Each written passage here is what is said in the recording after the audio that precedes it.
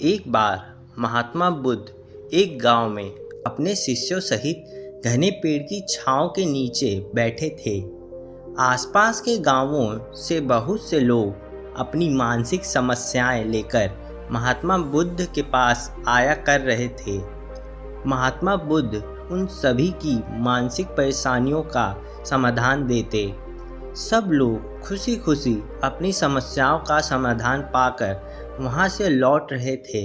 वहीं से कुछ दूर बैठा लोगों को बुद्ध के पास जाते देख एक दुखी भिखारी अपने भाग्य को कोसता हुआ यही सोचने लगा कि अभी कुछ देर पहले तो ये लोग दुखी मन से मुंह लटकाए उन महात्मा के पास गए थे और अब इतना खुश होकर कैसे वापस लौट रहे हैं।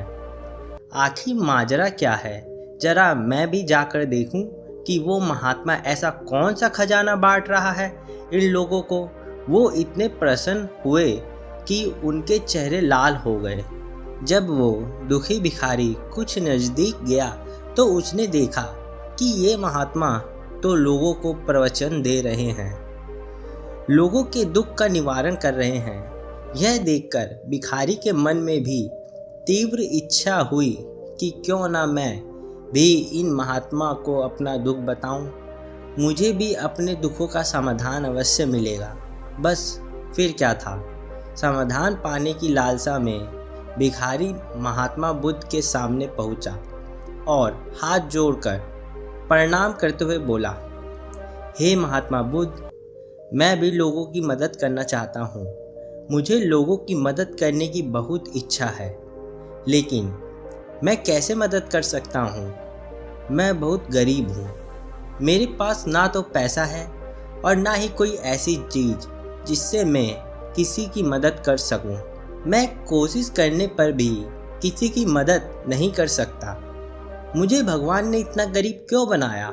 हे महात्मा, मुझ पर कृपा करें। इतना बोलते हुए भिखारी रोने लगा। महात्मा बुद्ध बोले, आप बहुत ही अज्ञानी हैं। आप अभी तक इस भ्रम में जी रहे हैं कि तुम्हारे पास कुछ नहीं, जबकि दूसरों को कुछ देने के लिए तुम्हारे पास बहुत कुछ है। तुम बिना धन और वस्तुओं के भी दूसरों की मदद कर सकते हो। तुम्हारे पास जुबान है जिससे तुम मीठा बोल सकते हो, किसी के दुखी चेहरे पर मुस्कान ला सकते हो। इन्हीं शब्दों की ताकत से भी तुम किसी के टूटते हौसलों को फिर से मजबूत कर सकते हो। इन शब्दों की शक्ति से आप किसी के मन में भी सकारात्मक विचारधारा के बीज बो सकते हो और उसे गलत रास्ते पर जाने से रोक सकते हो।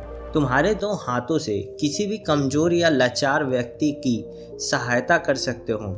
आपके दो आँखें किसी अंधे को रास्ता दिखा सकते हैं। तुम किसी के लिए दुआ कर सकते हो। यह हो सकता है कि उनके बिगड़े काम फिर से हो जाएं। आप किसी के अच्छे स्वास्थ्य की कामना कर सकते हैं, लेकिन अज्ञानतावश तुम अब तक इस बात को समझ नहीं पाए और इस भ्रम में अब तक जीते रहे कि तुम्हारे पास मदद करने के लिए कुछ नहीं। किसी की मदद करने के लिए धन और वस्तु का होना अनिवार्य नहीं। बिना धन और वस्तुओं के भी हम कई प्रकार से लोगों की मदद कर सकते हैं।